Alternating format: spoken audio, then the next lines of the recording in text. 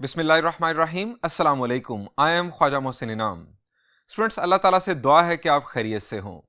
इस लेक्चर में हम एक्सरसाइज 4.4 का एक प्रॉब्लम और उसके बाद एक थ्योरम डिस्कस करेंगे। आइए शुरू करते हैं।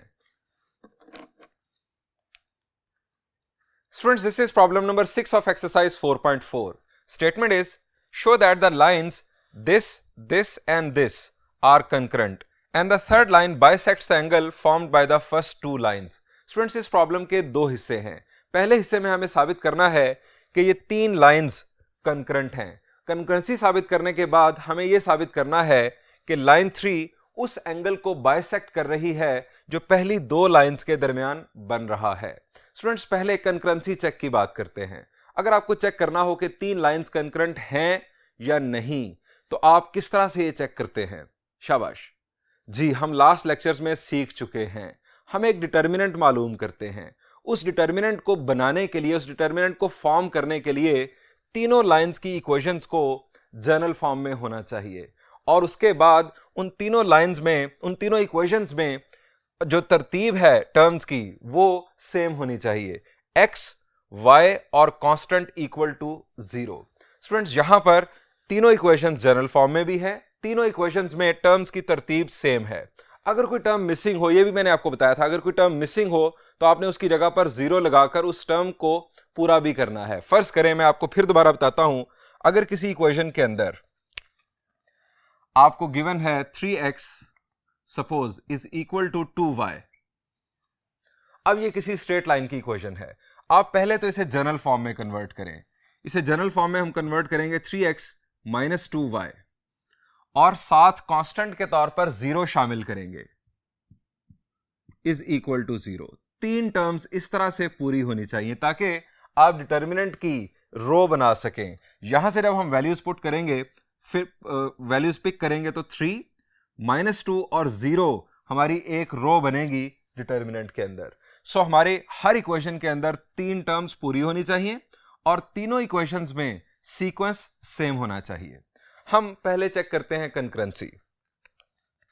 मैं यहां हेडिंग दे रहा हूं कंकरेंसी चेक।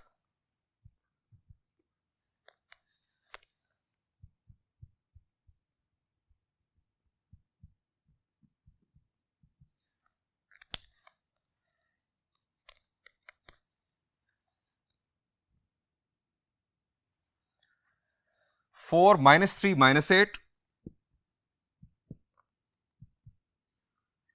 3 -4 -6,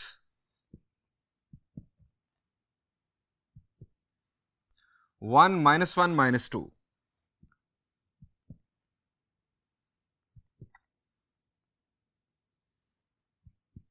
अच्छा, ये कोई जरूरी नहीं है कि आप एक इक्वेशन से एक रो ही बनाएं। आप एक इक्वेशन से एक कॉलम भी बना सकते हैं। यानी मैं यहां पर 4 -3 -8 यानी इस डिटर्मिनेंट को ट्रांसपोज की शक्ल में भी लिख सकता था। 4 -3 -8 इस तरह से, फिर 3 -4 -6 दूसरा कॉलम और 1 -1 -2 थर्ड कॉलम भी लिखा जा सकता था। अब स्टूडेंट्स, हमने इस तरह से डिटर्मिनेंट बना लिया। हमें इस डिटर्मिनेंट को इवैल्यूएट करना है। फर्स्ट ईयर चैप्टर 3 में हमने डिटर्मिनेंट इवैल्यूएशन के डिफरेंट मेथड्स पढ़े थे। हम प्रॉपर्टीज की मदद से भी किसी डिटर्मिनेंट को इवैल्यूएट कर सकते हैं और बाय एक्सपेंशन भी हम ऐसा कर सकते हैं। अब स्टूडेंट्स, यहां पर अगर मुझे एक्सपेंशन करनी है तो मुझे किस रो या किस कॉलम से एक्सपेंशन करनी चाहिए?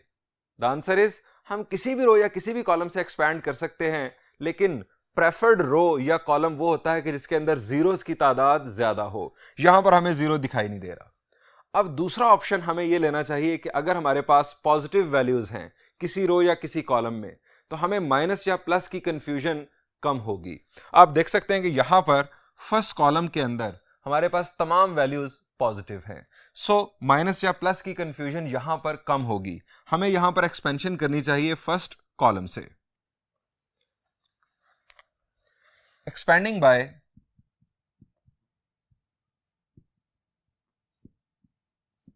C1। अब एक्सपेंशन करने के लिए आप जानते हैं कि हम पॉजिटिव, अगर हम फर्स्ट कॉलम से एक्सपैंड करें, याद रखिएगा, देन नेगेटिव, देन पॉजिटिव। इसी तरह अगर हम फर्स्ट रो से एक्सपैंड कर रहे हो, आप बस ये याद रखें कि हम यहां पर पॉजिटिव साइन अटैच करते हैं। इसके बाद ऑल्टरनेट साइंस, इधर माइनस इधर प्लस।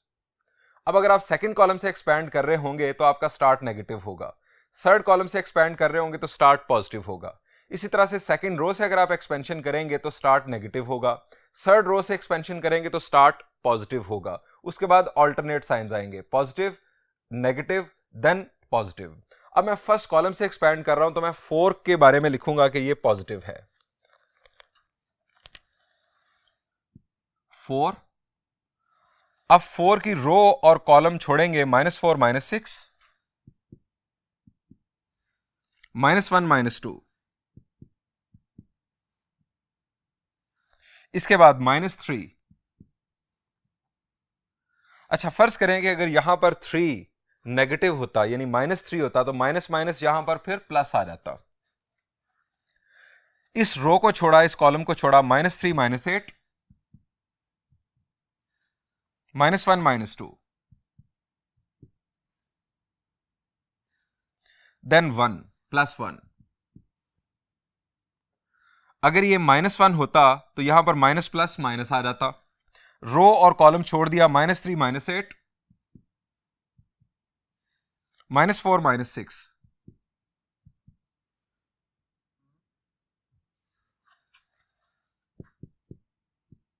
-4 into -2 will be 8।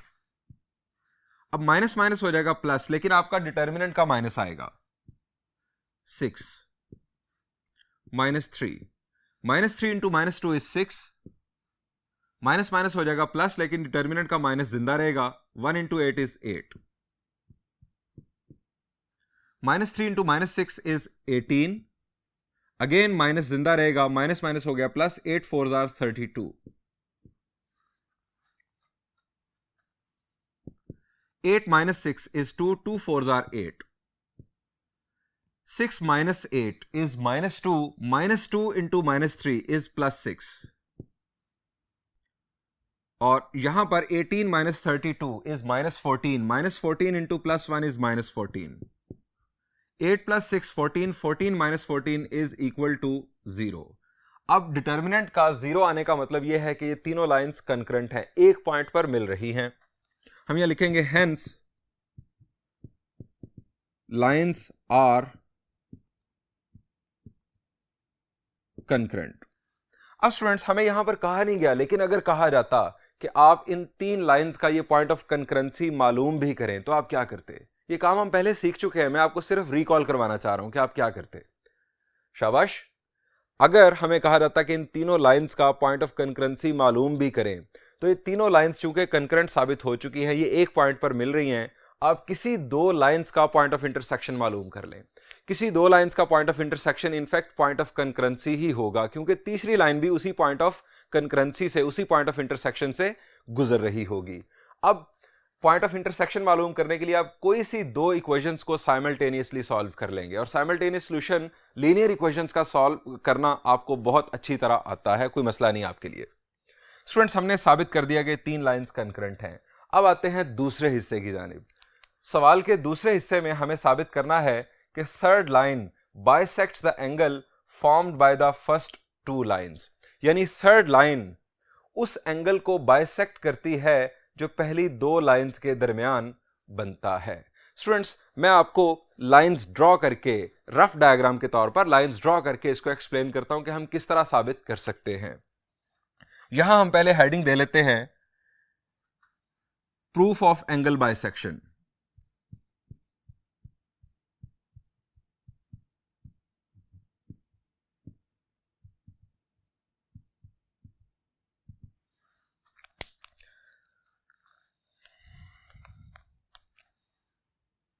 फर्ज किया कि ये हमारे पास है लाइन 2,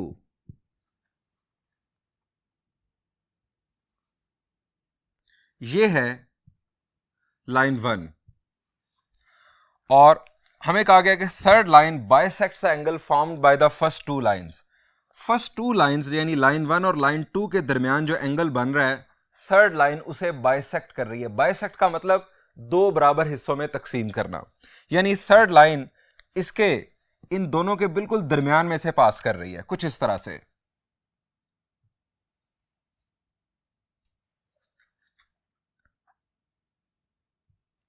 ये स्टूडेंट्स हमारे पास लाइन 3, हमें साबित करना है कि लाइन 3 उस एंगल को बाइसेक्ट कर रहा है जो लाइन 1 और लाइन 2 के दरमियान बन रहा है। किस तरह साबित कर सकते हैं हम, जरा सोचें। शाबाश। Angle between two lines find out करना हम सीख चुके हैं। एक्सरसाइज 4.4 के शुरू में ये हम टॉपिक बड़ी डिटेल में डिस्कस कर चुके हैं। हमने बहुत सारे प्रॉब्लम्स भी सॉल्व किए angle between two lines find out करने के। जी, कैसे साबित करेंगे? शाबाश जी, आपके ज़हन में आएगा कि हमें लाइन 2 और लाइन 1 के दरमियान बनने वाला ये जो एंगल है ये मालूम कर लेना चाहिए। ये एंगल मालूम कर लेना चाहिए। फर्ज करें कि ये एंगल आता है 70 डिग्रीज, फर्ज किया। उसके बाद हम लाइन 2 और लाइन 3 के दरमियान बनने वाला एंगल मालूम करें। ये एंगल देन कितना आना चाहिए? अगर थर्ड लाइन इस एंगल को बाइसेक्ट कर रही है तो ये एंगल देन आना चाहिए 35 डिग्रीज। अगर ये एंगल 35 डिग्रीज आ गया तो ये साबित हो जाएगा कि थर्ड लाइन उस एंगल को बाइसेक्ट कर रही है जो लाइन 1 और लाइन 2 के दरमियान बन रहा है। लेकिन स्टूडेंट्स एक मसला है, हमें ये नहीं पता कि ये लाइन 2 है या ये लाइन 2 है। अब इससे क्या फर्क पड़ा, जरा ध्यान से इस बात को समझिएगा। ये बड़ा बारीक सा नुक्ता है जिसको आपने समझना है। मैं एक और डायग्राम यहां पर बनाता हूं जिससे आप ये बात समझ सकेंगे। फर्ज करें कि ये हमारे पास एक लाइन, ये जो मैंने फर्स्ट ड्रॉ की थी, ये लाइन 1 है, ये हमारे पास लाइन 2, और इन दो लाइंस के दरमियान जो एंगल था वो हमने मालूम कर लिया कि वो है 70 डिग्रीज, जो हमने यहां पर कंसीडर किया कि लाइन 1 और लाइन 2 के दरमियान जो एंगल है वो है 70 डिग्रीज। ये एंगल है 70 डिग्रीज। अब उसके बाद लाइन 3 और लाइन 2 के दरमियान एंगल अगर 35 डिग्रीज आ गया तो आप ये समझ रहे हैं कि आपकी बाइसेक्शन साबित हो जाएगी। लेकिन हो सकता है कि लाइन 3 यहां पर हो, लाइन 3 यहां पर हो, ये हो लाइन 3। अब यहां पर एंगल आपका आ रहा होगा अगर 35 डिग्रीज, तो क्या बाइसेक्शन साबित हो रही है? The answer is no. Bisection का मतलब है कि पहली दो लाइंस के दरमियान जो बनने वाला एंगल है उसका हाफ एंगल बाइसेक्टर है, बुनियादी तौर पर लाइन 3। क्या यहां पर लाइन 3 एंगल बाइसेक्टर बन रहा है लाइन 1 और लाइन 2 के लिए? The answer is no. So ये जो मेथड है, ये जो वे है, ये सही नहीं है। अब आप सोचेंगे कि सर फिर करना क्या है? स्टूडेंट्स, हमें करना ये है, पहली बात तो ये कि ये जो कंफ्यूजन है ना कि ये लाइन 1 और लाइन 2 ये कौन सी है, हमें अकॉर्डिंग टू द स्लोप, जो स्लोप की वैल्यू होगी उसके लिहाज से इन तीनों लाइंस को तरतीब देना होगा। अब इससे क्या मुराद है? स्टूडेंट्स, यहां पर अगर आप देखें तो इस लाइन की स्लोप, अगर आप रिकॉल करें कि हम स्लोप किस तरह मालूम करते हैं, शाबाश। स्लोप कैसे मालूम होती है? Minus coefficient of x divided by coefficient of y। यहां पर जो स्लोप है लाइन 1 की, अगर मैं उसे m1 का नाम दूं, ये हमारा रफ पार्ट, तो हमारे पास स्लोप होगी -4 बाय -3, तो ये स्लोप आ जाएगी 4/3। m2 minus coefficient of x divided by coefficient of y, that is 3/4, और m3 minus coefficient of x divided by coefficient of y, that is 1। अब ये आपके पास तीन स्लोप्स आ गई, 4/3, 3/4 और 1। इनमें से ग्रेटेस्ट स्लोप कौन सी है? 4/3, 3/4 या 1? The answer is greatest slope है 4/3। सो लाइन 1 टॉप पर होगी, जिस तरह मैंने यहां पर ड्रॉ की थी, लाइन 1 होगी टॉप पर। उसके बाद हमारे पास उससे कम स्लोप कौन सी है? 4/3 से लेस नंबर कौन सा है? 3/4 या 1? The answer is 1। उसके बाद आ जाएगी लाइन 3 और देन आ जाएगी लाइन 2। यानी स्लोप्स के लिहाज से हम अरेंज करेंगे तीनों लाइंस को। ये हम स्लोप की मदद से फैसला बासानी कर सकते हैं। अब स्लोप की मदद से ये फैसला कैसे हो रहा है? More the slope more the line will be steep, more the slope more the line will be vertical. जितनी स्लोप ज्यादा होती है उतनी लाइन वर्टिकल हो जाती है। अब यहां पर लाइन 1 की स्लोप ज्यादा है तो ये मोर वर्टिकल होगी, उसके बाद लाइन 3, उसके बाद लाइन 2। अब इस कंडीशन में जब आप इस तरह से लाइंस को तरतीब दे लेंगे तो फिर आप एंगल जब फाइंड आउट करेंगे लाइन 2 और लाइन 1 के दरमियान, अब आपका एंगल का कंसेप्ट भी आपके जहन में होना चाहिए कि हम angle from line 1 to line 2 और angle from line 2 to line 1, इस तरह से हमने फॉर्मूला डिस्कस किया था। अब आप यहां पर angle from line 2 to line 1 मालूम करेंगे, उसके बाद आप angle from line 2 to line 3 मालूम करेंगे, और ये जो एंगल होगा ये इनफैक्ट हाफ होगा पहले वाले एंगल से। ये इस सूरत में हमारा दुरुस्त आंसर आएगा। अब स्टूडेंट्स दूसरा एक और रास्ता भी है, और वो रास्ता ये है कि हम दो एंगल्स मालूम करें, एक फ्रॉम लाइन 2 टू लाइन 3 और दूसरा फ्रॉम लाइन 3 टू लाइन 1। दोबारा angle from line 2 to line 3 और दूसरा angle from line 3 to line 1।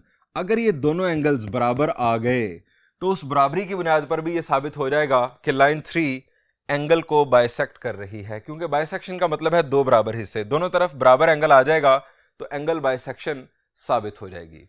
Students मैं ये टेक्निक फॉलो कर रहा हूं, यानी मैं angle from line 2 to line 3 और then angle from line 3 to line 1 मालूम करने जा रहा हूं। हम इस सारी वर्किंग को जो हमने अपना थिंकिंग प्रोसेस किया इसको मिटा लेते हैं और देन यहीं से अपना सॉल्यूशन कंटिन्यू करते हैं।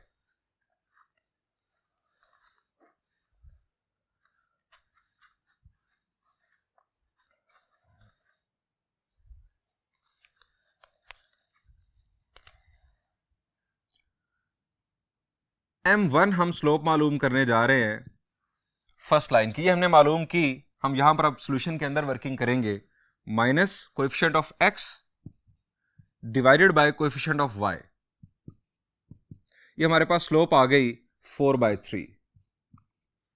M2 minus coefficient of x divided by coefficient of y,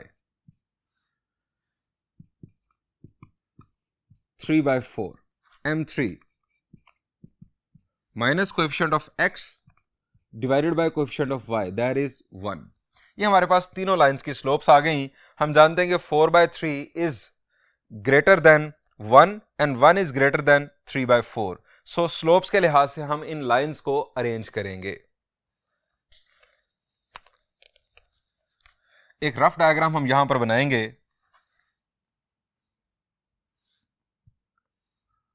अपना सॉल्यूशन प्लान करने के लिए this is line 1,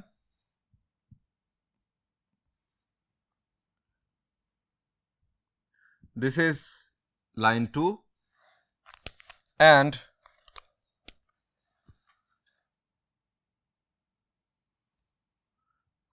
this is line 3। अब स्टूडेंट्स हम यहां पर लेट करेंगे कि लाइन 2 से लाइन 3 की तरफ angle from line 2 to line 3 ये है अल्फा, और angle from line 3 to line 1 ये है beta. Refer to rough diagram. Rough diagram में इसे इसलिए कह रहा हूं कि हमने एग्जैक्ट लाइंस को XY प्लेन के अंदर ड्रॉ नहीं किया, हम सिर्फ और सिर्फ इस स्लोप के अकॉर्डिंगली लाइंस को अरेंज कर रहे हैं। Refer to rough diagram.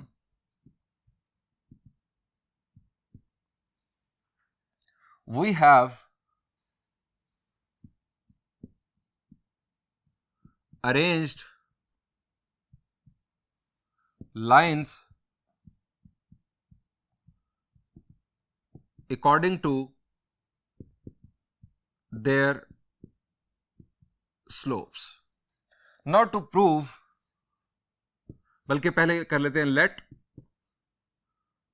alpha is angle from line 2 to line 3 and beta is angle from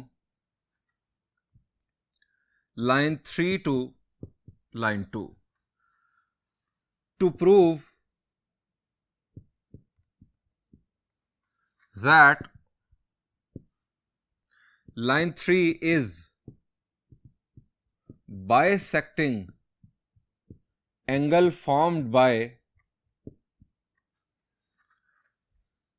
line 1 and line 2, we will prove that alpha is equal to beta. हम ये साबित करेंगे। अब students, alpha हमें मालूम करना है। अब एंगल बिटवीन टू लाइंस का फॉर्मूला जरा रिकॉल कर लें। शाबाश। मुझे अल्फा मालूम करना है। लेफ्ट साइड पर हमारे पास आ जाएगा टेंजेंट ऑफ अल्फा। अब एंगल मालूम करने के लिए मैंने आपको वहां पर प्रिकॉशन बताया था कि आपको एंटी क्लॉकवाइज आर्क लगानी चाहिए। ये हम एंटी क्लॉकवाइज आर्क लगा चुके। अब एंटी क्लॉकवाइज जब आप आर्क लगा लें तो हेड जिस साइड पर आएगा उसकी स्लोप आएगी पहले m3 minus tail side slope बाद में ओवर 1 प्लस m3 m2। ये स्टूडेंट्स हमारे पास फॉर्मूला एंगल अल्फा मालूम करने के लिए। दोबारा सुन लें। आप एंटी क्लॉकवाइज आर्क लगाएंगे, हेड साइड स्लोप पहले और टेल साइड स्लोप बाद में। अब इसमें वैल्यूज पुट करते हैं। पुटिंग वैल्यूज,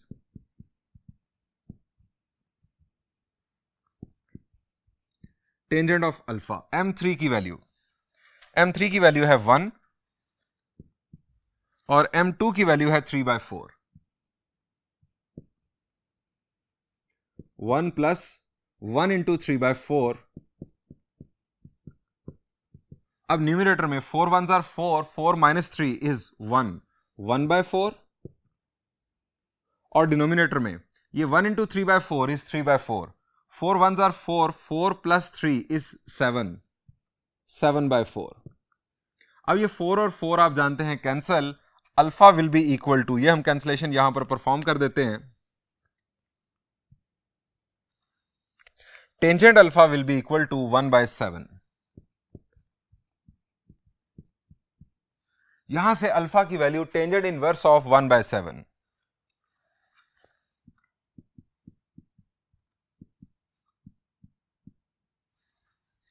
ये स्टूडेंट्स हमारे पास अल्फा की वैल्यू आ गई। इसको नाम दे दें 1 का।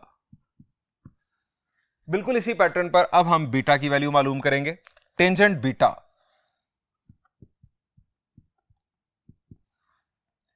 Tangent beta, head side slope पहले यानी m1 minus tail side slope बाद में m3 over 1 plus m1 into m3। Putting values,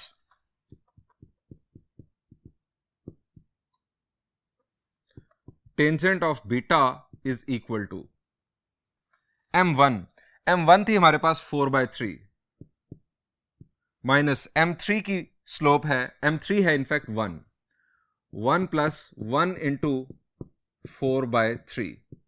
अब 4/3 minus 1, 3 1s are 3, 4 minus 3 will be 1। यह आ गया 1/3 और यहां पर 1 into 4/3 is 4/3, 3 1s are 3, 3 plus 4 is 7, 7/3। 3 और 3 कैंसल, ये हमारे पास आ गया 1/7। Tangent of beta is equal to 1/7। बीटा की वैल्यू आ गई टेंजेंट इनवर्स ऑफ 1/7। इसको नाम दे दें 2 का। स्टूडेंट्स, अल्फा की वैल्यू भी टेंजेंट इनवर्स 1/7, बीटा की वैल्यू भी टेंजेंट इनवर्स 1/7। क्या मतलब? इसका मतलब है कि अल्फा और बीटा इक्वल हैं। अल्फा और बीटा के इक्वल होने का मतलब यह है कि लाइन 3 उस एंगल को बाइसेक्ट कर रही है जो इन दो लाइंस के दरमियान बन रहा था। जो एंगल लाइन 2 से लाइन 1 की तरफ बन रहा था उस एंगल को बाइसेक्ट कर रही है लाइन 3। ये चूंकि दोनों इक्वल आ चुके हैं, सो बाइसेक्शन साबित हुई। हम यहां पर लिखेंगे bye 1 and 2, by 1 and 2 alpha is equal to beta. Hence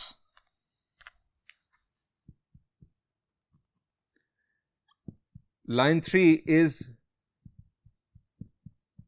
bisecting the angle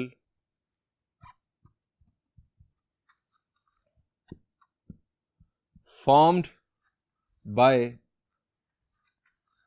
line 1 and line 2। ये स्टूडेंट्स यहां पर साबित हुआ। बढ़ते हैं स्टूडेंट्स अब एक थ्योरम की जानिब।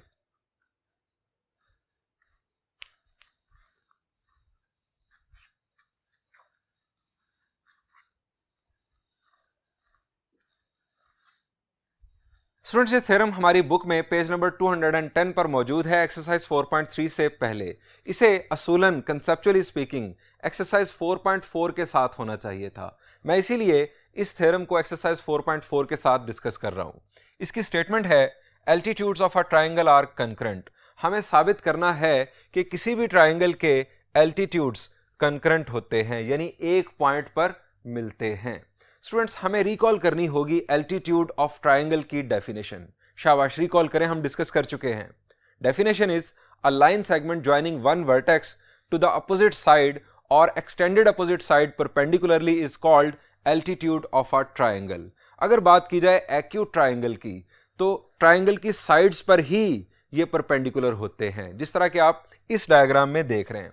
लेकिन अगर ट्राइंगल ऑब्ट्यूज हो, यानी उसका कोई एक एंगल ग्रेटर देन 90 डिग्रीज हो, तो फिर एल्टीट्यूड जिस तरह के आप देख सकते हैं ये एक्सटेंशन ऑफ साइड पर भी आ जाते हैं।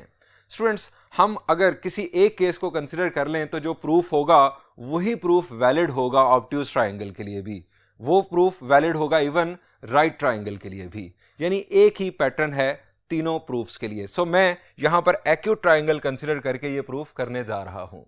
अब सवाल यह है कि हम कंकरेंसी एल्टीट्यूड्स की कैसे साबित करेंगे। इस एक्सरसाइज में हमने कंकरेंट साबित करना सीखा है तीन लाइंस को हम उस वक्त कंकरेंट साबित कर सकते हैं कि जब हमारे पास उन तीनों लाइंस की इक्वेशंस हों। अब एल्टीट्यूड्स, ये आप देख सकते हैं, सी डी एल्टीट्यूड है अगर हम साइड ए बी को बेस मान लें, ए ई एल्टीट्यूड है अगर हम साइड बी सी को बेस मान लें, और सी ए अगर बेस हो तो बी एफ एल्टीट्यूड है। एल्टीट्यूड्स तीनों बेसिकली स्ट्रेट लाइंस ही हैं। अब अगर हमारे पास इन तीनों एल्टीट्यूड्स की इक्वेशंस आ जाएं, तो उन इक्वेशंस को बेस बनाकर हम कंकरेंसी चेक कर सकते हैं। अब स्टूडेंट्स, अगर मुझे किसी एल्टीट्यूड की इक्वेशन मालूम करनी है, तो इक्वेशन लिखने के लिए किसी लाइन की हमारे पास इंफॉर्मेशन क्या क्या हो सकती है। हमने डिफरेंट फार्मूलाज पढ़े हुए हैं। हम पॉइंट स्लोप फार्मूला की मदद से किसी लाइन की इक्वेशन लिख सकते हैं। अगर हमारे पास उसका एक पॉइंट और उसकी स्लोप मौजूद हो, हम 2 पॉइंट फॉर्म से किसी लाइन की इक्वेशन लिख सकते हैं। हम स्लोप इंटरसेप्ट फार्मूला से किसी लाइन की इक्वेशन लिख सकते हैं। हमारे पास डिफरेंट वेज हैं। अब यहां पर अगर मुझे एल्टीट्यूड सी डी की इक्वेशन लिखनी है, तो इसके लिए मेरे पास किसी पॉइंट का या पॉइंट सी या पॉइंट डी का के कोऑर्डिनेट्स होने चाहिए और इसके साथ हमारे पास इसकी स्लोप होनी चाहिए।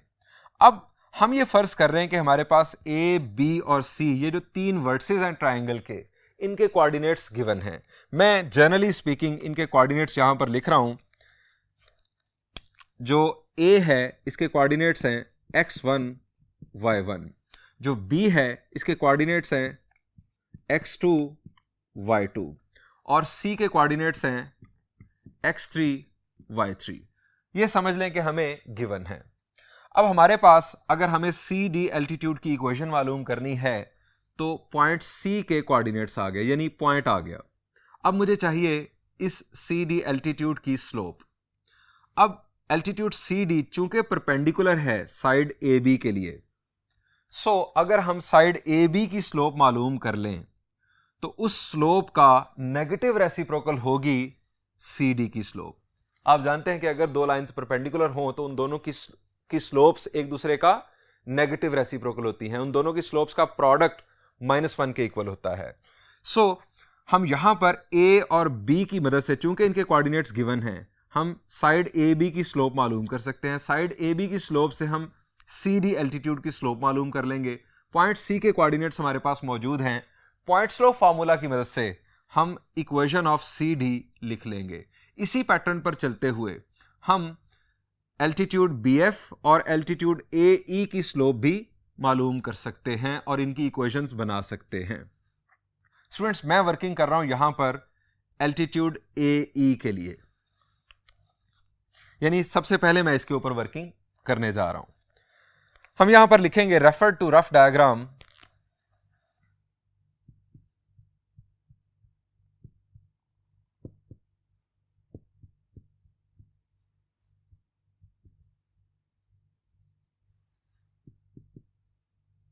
Without rough diagram. इसका जो प्रूफ है इसे प्लान करना मुश्किल है। जब तक आपके सामने डायग्राम नहीं होगी आप इसमें ये जो वर्डिंग है ये यूज नहीं कर सकते. Refer to rough diagram. There is a triangle ABC. Let A के कोऑर्डिनेट्स हमने लेट कर लिए x1 y1, बी के कोऑर्डिनेट्स x2 y2 एंड सी के कोऑर्डिनेट्स x3 y3. ये तीन कोऑर्डिनेट्स हमने, तीन पॉइंट्स के कोऑर्डिनेट्स हमने लेट कर लिए. Further late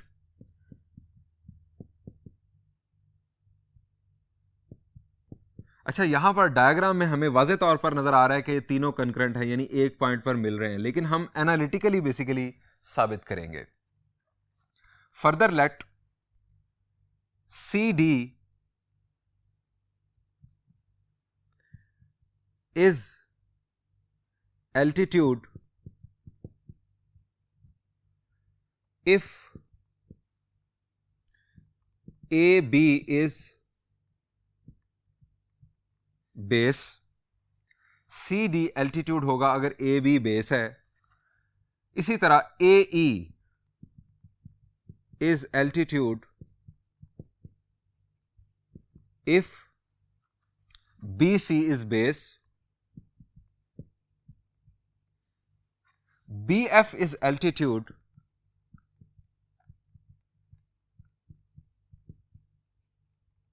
if AC is base. अब स्टूडेंट्स, अगर ट्राइंगल ऑब्ट्यूज भी होगी ना तब भी ये बातें दुरुस्त होंगी. अगर ट्राइंगल ऑब्ट्यूज होगी तो फर्ज करें कि मैं इस ट्राइंगल को इस तरह से बना रहा होता. मैं एक छोटी सी ट्राइंगल आपके सामने बना रहा हूं इस तरह से, सिर्फ आपको बताने के लिए कि ये जो लैंग्वेज है ना, ये अगर आप यहां पर ऑब्ट्यूज ट्राइंगल भी कंसिडर कर लेते, ये जो लैंग्वेज है ये यही रहनी थी. ये हमारे पास A, B और C. मैंने यहां पर क्या लिखा है कि CD उस वक्त एल्टीट्यूड है जब AB बेस है. तो अब स्टूडेंट्स, यहां पर जो एल्टीट्यूड ड्रॉ होगा वो एक्सटेंशन ऑफ AB पर ड्रॉ होगा. यहां पर जाकर ये हमारे पास आ गया एल्टीट्यूड. अब ये है CD altitude. CD is altitude if AB is base. ये ऑब्ट्यूज ट्राइंगल के लिए भी यही लैंग्वेज दुरुस्त होगी. अब CD की स्लोप मालूम करने के लिए अगेन आपका AB की स्लोप ही आप यूज कर रहे होंगे. AB की स्लोप का नेगेटिव रेसिप्रोकल होगी यहां पर भी CD की स्लोप. और जब आप CD एल्टीट्यूड की इक्वेशन मालूम करेंगे तो पॉइंट आपका C ही होगा. यहां पर भी यही पैटर्न है. सो कोई फर्क नहीं पड़ता कि आप यहां पर एक्यूट ट्राइंगल बना लें या ऑब्ट्यूज ट्राइंगल बना लें. इवन राइट ट्राइंगल के लिए भी यही लैंग्वेज यूज हो रही होगी. BF is altitude if AC is base. अब स्टूडेंट्स, मैं वर्किंग करने जा रहा हूं इस एल्टीट्यूड के लिए, यानी AE के लिए. अब इसकी वजह क्या है, मैं इन तीनों में से इसको पहले क्यों चूज कर रहा हूं ये आपको थोड़ी देर में मैं बताऊंगा. अब स्टूडेंट्स, हमें पॉइंट A के कोऑर्डिनेट्स हमारे पास मौजूद है, हमें इसकी स्लोप चाहिए. इसकी स्लोप मालूम करने के लिए मैं BC की स्लोप मालूम करने जा रहा हूं.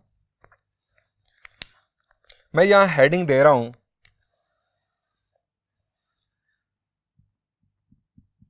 Equation of altitude AE. चूंकि मैं इसके ऊपर वर्किंग कर रहा हूं. स्लोप ऑफ BC, मैं इसे कह रहा हूं MBC. अब स्लोप ऑफ BC स्टूडेंट्स मालूम करने के लिए हम यहां पर लिखेंगे y2 minus y3 over x2 minus x3. आप जानते हैं कि अगर हमें दो पॉइंट्स के कोऑर्डिनेट्स गिवन हो तो स्लोप मालूम करने का फॉर्मूला है difference of ordinates divided by difference of abscissas. Order same रखना होता है. y2 minus y3 over x2 minus x3. अब AE की स्लोप, इसी का negative reciprocal x2 minus x3 over y2 minus y3. Reasoning AE perpendicular to BC. AE चूंकि perpendicular है BC के लिए, सो ये स्लोप आ गई. अब हम लिखेंगे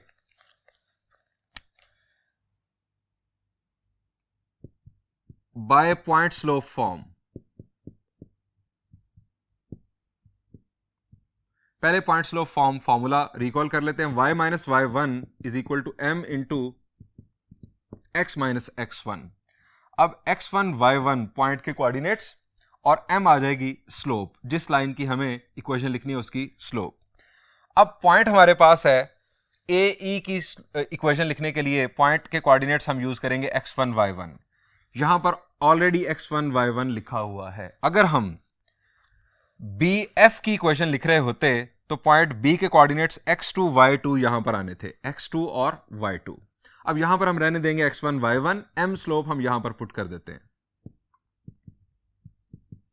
minus x2 minus x3 over y2 minus y3 into x minus x1। ये मैंने इसमें वैल्यूज पुट कर दी। अब हम इस इक्वेशन को जनरल फॉर्म में कन्वर्ट करते हैं। यहां पर की cross multiplication y minus y1 into y2 minus y3, इधर आके मल्टीप्लाई हुआ, minus x2 minus x3 into x minus x1। Students, मैंने इस इक्वेशन को जनरल फॉर्म में अब कन्वर्ट करना है। मल्टीप्लीकेशन परफॉर्म करते हैं, y मल्टीप्लाई हुआ इसके साथ, तो ये हमारे पास आ गया y into y2 minus y3 minus y1 into y2 minus y3 is equal to minus x into x2 minus x3, minus minus हो जाएगा plus x1 into x2 minus x3। अब स्टूडेंट्स, जनरल फॉर्म में convert करने के लिए तमाम terms को equal के एक जानिब ले आते हैं। ये हमारे पास है x वाली टर्म, ये x वाली टर्म, ये y वाली टर्म। कीप इन माइंड कि ये x2 x3 ये नंबर्स हैं, ये स्पेसिफिक कोऑर्डिनेट्स हैं। ये हमारे पास x वाली टर्म, ये y वाली टर्म, और ये दोनों टर्म्स मिलने से हमारी बनेगी कांस्टेंट टर्म। सो मैं तमाम टर्म्स को इक्वल के एक जानिब ला रहा हूं। इस टर्म को मैं लेफ्ट साइड पर शिफ्ट कर रहा हूं और जनरल फॉर्म दिखाने के लिए मैं x को अब राइट साइड पर लिखूंगा, यानी कुछ इस तरह से।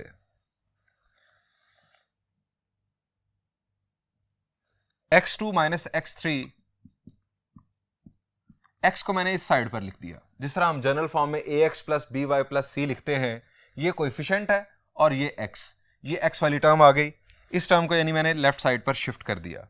उसके बाद इस टर्म को अब मैं लिख रहा हूं, ये y वाली टर्म है। अब इसको मैं लिखूंगा plus y2 minus y3 into y। अब ये टर्म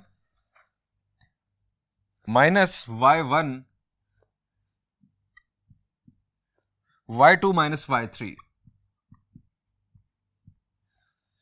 अब ये टर्म लेफ्ट साइड पर चली जाएगी, minus x1 into x2 minus x3 equal to 0। ये स्टूडेंट्स हमारे पास फर्स्ट एल्टीट्यूड, जो कि हमने चूज किया था AE एल्टीट्यूड, उसकी इक्वेशन आ चुकी। ये स्टूडेंट्स हमारे पास है जनरल फॉर्म में इक्वेशन, ये x वाली टर्म, ये y वाली टर्म, और ये दोनों टर्म्स मिलाकर हमारे पास बनेगा constant.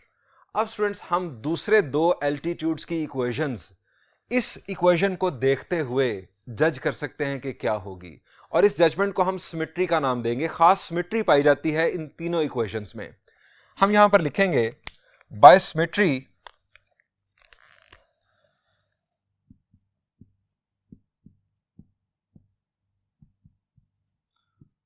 we can write equations of altitude BF and CD respectively। अब स्टूडेंट्स, ये हमारे पास है AE एल्टीट्यूड की इक्वेशन। BF एल्टीट्यूड की इक्वेशन कुछ इस तरह से होगी। अब यहां पर मैंने AE को इसलिए चूज किया था कि खास पैटर्न हमें इससे नजर आ जाएगा। अब यहां पर देखें, यहां पर है x2 माइनस x3, यहां पर y2 माइनस y3, यहां पर y1 y2 y3, x1 x2 x3। अब इससे मैं किस तरह से पिक करूंगा, मैं यहां पर लिख दूंगा, एक एक नंबर मैं इंक्रीज कर दूंगा सबस्क्रिप्ट में। यहां पर हमारे पास आ जाएगा x3 और 3 के बाद 4 नहीं, क्योंकि 4 किसी पॉइंट का x कोऑर्डिनेट नहीं था। 3 के बाद दोबारा 1, x3 minus x1 x plus y3 minus y1 y minus y2 y3 minus y1 minus x2 x3 minus x1 equal to 0। अगर आप BF एल्टीट्यूड पर बिल्कुल इसी पैटर्न पर वर्किंग करेंगे तो आप देखेंगे कि आपको यही इक्वेशन हासिल होगी। अब स्टूडेंट्स CD एल्टीट्यूड की इक्वेशन, इसी को कंटिन्यू रखें। 3 के बाद यहां पर 1, यहां पर 1 के बाद 2,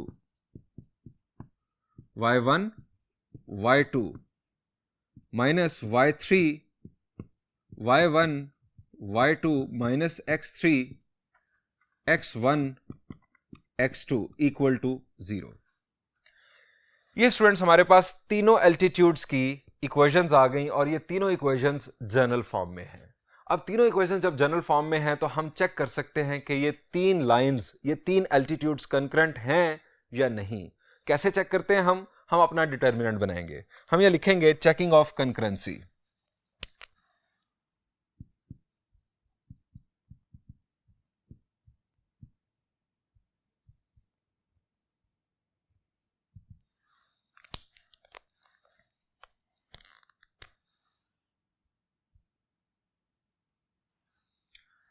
x का कोएफिशिएंट फर्स्ट इक्वेशन में, वैसे तो आप किसी भी रो को पहले लिख सकते हैं, कोई मसला नहीं। x2 माइनस x3 x का कोएफिशिएंट, फिर y का कोएफिशिएंट y2 माइनस y3 और फिर कांस्टेंट। ये तमाम जो हमारे पास वैल्यू है ये यहां पर आ जाएगी minus y1 y2 minus y3 minus x1 into x2 minus x3। ये हमारे पास आ गई फर्स्ट रो। अब इसी पैटर्न पर सेकंड रो, थर्ड रो, यहां पर आ गया x3 माइनस x1। एक एक नंबर आप सबस्क्रिप्ट में बढ़ाते जाएं। y3 माइनस y4 नहीं y1, 3 के बाद दोबारा 1 minus y2 y3 minus y1 minus x2 x3 minus x1 again x1 minus x2 y1 minus y2 y3 y1 minus y2 minus x3 x1 minus x2 और ये determinant की हमारे पास line आ गई। अब स्टूडेंट्स ये कंकरेंसी साबित करने के लिए इस डिटर्मिनेंट को 0 आना चाहिए, इस डिटर्मिनेंट की वैल्यू को 0 आना चाहिए। स्टूडेंट्स अगर आप फर्स्ट ईयर चैप्टर 3 रिकॉल करें, डिटर्मिनेंट को अगर हमें 0 लाना हो तो हमारे पास दो शॉर्टकट वेज थे और वो शॉर्टकट वेज ये थे कि या तो आप किसी एक रो या किसी एक कॉलम को 0 बना दें या किसी दो रोज या किसी दो कॉलम्स को बिल्कुल एक जैसा बना दें। ये दो प्रॉपर्टीज थी डिटर्मिनेंट की। दोबारा सुन लें, आप किसी एक रो को पूरा 0 बना दें या किसी एक कॉलम को पूरा 0 बना दें तब डिटर्मिनेंट 0 होता है, या कोई सी दो रोज को बिल्कुल एक जैसा बना दें या कोई से दो कॉलम्स को बिल्कुल एक जैसा बना दें तब डिटर्मिनेंट 0 होता है। क्योंकि यहां पर एक्सपेंशन करके इसको 0 साबित करना यह मुश्किल है, हो जाएगा लेकिन ये लेंथी है। हमें डिटर्मिनेंट प्रॉपर्टीज को बेस बनाना चाहिए। अब अगर आपने किसी रो या किसी कॉलम को 0 बनाना है तो इसके लिए आपके पास डिफरेंट टूल्स हैं। आप रोज को आपस में ऐड कर सकते हैं, आप कॉलम्स को आपस में ऐड कर सकते हैं, आप रोज को इंटरचेंज कर सकते हैं। ऑल्दो इंटरचेंज करने से माइनस साइन आता है, अगर आपको याद हो, कॉलम्स को इंटरचेंज करने से माइनस साइन आता है।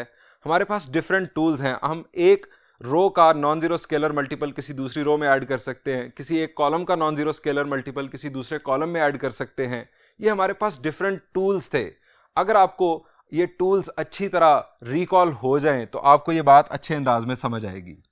अब स्टूडेंट्स हमें सिर्फ गौर करना है कि हम किस तरह से किसी रो या किसी कॉलम को 0 बना सकते हैं। सिर्फ मैं आपको चले अब हिंट दे रहा हूं कि हमें यहां पर किसी एक रो को 0 बनाना है, और ये बन सकती है। आप जरा सोचें कि हम किस तरह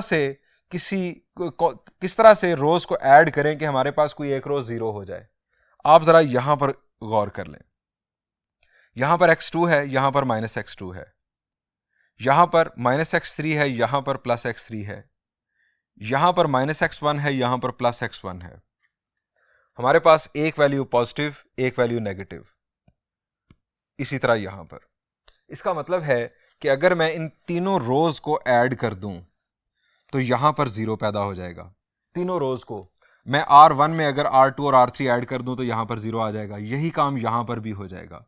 Y2 में -y2 ऐड होगा 0, -y3 में +y3 ऐड होगा 0, -y1 +y1 0 बन जाएगा। अब यहां पर भी ये मामला हो जाएगा। जरा गौर करें, -y1 y2 -y1 y2 आपको कहां से मिलेगा? इसके against +y1 y2, minus minus plus y1 y2, product होने के बाद ये बन जाएगा +y1 y2 -y1 y2 के साथ ये 0 बना देगा। Minus minus plus y1 y3, y1 y3 यहां पर है, minus minus plus y1 y3 आ रहा है, यहां से आ जाएगा -y1 y3, ऐड होने से तब भी 0 आ जाएगा। फिर -x1 x2, अब ये आ रहा है -x1 x2, यहां से आपको अगर आप देखें यहां से minus minus plus x1 x2 मिल जाएगा जो कि उसको 0 कर देगा। फिर minus minus plus x1 x3 plus x1 x3, यहां से आपको -x1 x3 मिल जाएगा। सो हमें यहां से ऑब्जर्वेशन से पता चल रहा है कि अगर मैं इन तीनों रोज को ऐड कर दूं तो कोई एक रो 0 हो जाएगी। मैं रो 1 में बाकी दोनों रोज को ऐड कर रहा हूं।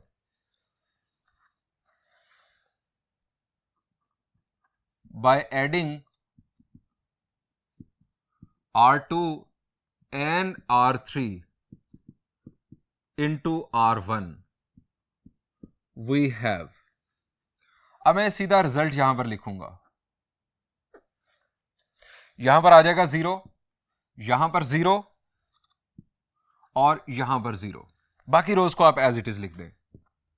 x3 - x1, y3 - y1, -y2, y3 - y1,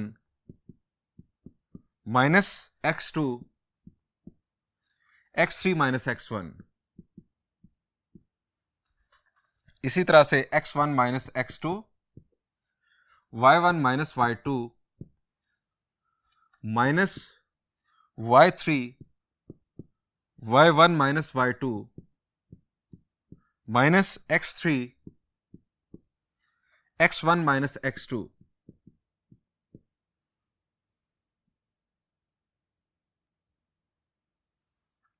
ये स्टूडेंट्स हमारा डिटर्मिनेंट, इसमें फर्स्ट रो 0 हो चुकी। बाय डिटर्मिनेंट प्रॉपर्टी हम जानते हैं कि अगर किसी डिटर्मिनेंट में कोई एक रो या कोई एक कॉलम 0 हो जाए तो आंसर 0 आता है। ये आ गया हमारे पास 0। अब डिटर्मिनेंट के 0 आने का मतलब यहां पर जो हम कंसेप्ट लेकर चल रहे हैं, डिटर्मिनेंट के 0 आने का मतलब यह है कि ये तीनों लाइंस यानी तीनों एल्टीट्यूड्स कंकरेंट हैं। Hence altitudes of our triangle are concurrent. Students, यहां पर यह लेक्चर एंड हुआ। इंशाल्लाह नेक्स्ट लेक्चर में हम साबित करेंगे कि perpendicular bisectors of our triangle are concurrent. Thank you and अल्लाह हाफिज।